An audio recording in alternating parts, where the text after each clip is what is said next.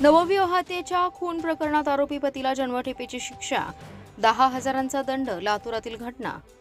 नवविवाहितेच्या खून प्रकरणी दोषी आरोपीला जन्मठेप आणि 10,000चा दंड अशी शिक्षा लातूर येथील जिल्हा व सत्र न्यायालयाचे न्यायाधीश व्ही पाटील यांनी सुनावली आहे.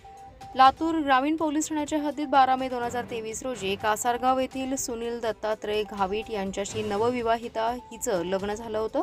दरम्यान 5 महिन्यांनी 1 ऑक्टोबर 2023 रोजी पहाटे 3 वाजता नवविवाहितेचा राहत्या घरी धारदार हत्यारांनी गळ्यावर तोंडावर वार करून खून करण्यात आला. याची माहिती लातूर ग्रामीण पोलीस ठाण्याला मिळताच पोलिसांनी तातडीने घटनास्थळी धाव घेत पंचनामा केलाय.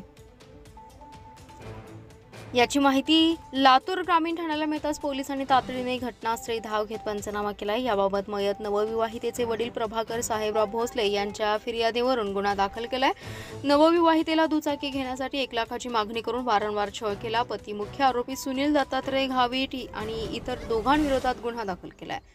पोलीस अधीक्षक सोमय मुंडे, अपर पोलीस अधीक्षक डॉक्टर अजय देवरे, तत्कालीन डीवायएसपी सुनील गोसावी, सुनील कुमार राऊत, पोलीस निरीक्षक दीपक कुमार वाघमारे आणि पोलीस निरीक्षक अरविंद पवार यांच्या मार्गदर्शनाखाली पोलीस उपनिरीक्षक भगवान मोरे यांनी तपास केलाय.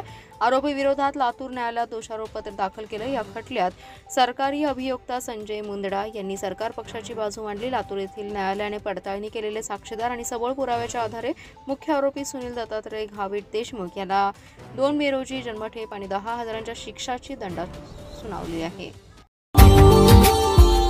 Subscribe now and press the bell icon. Never miss an update.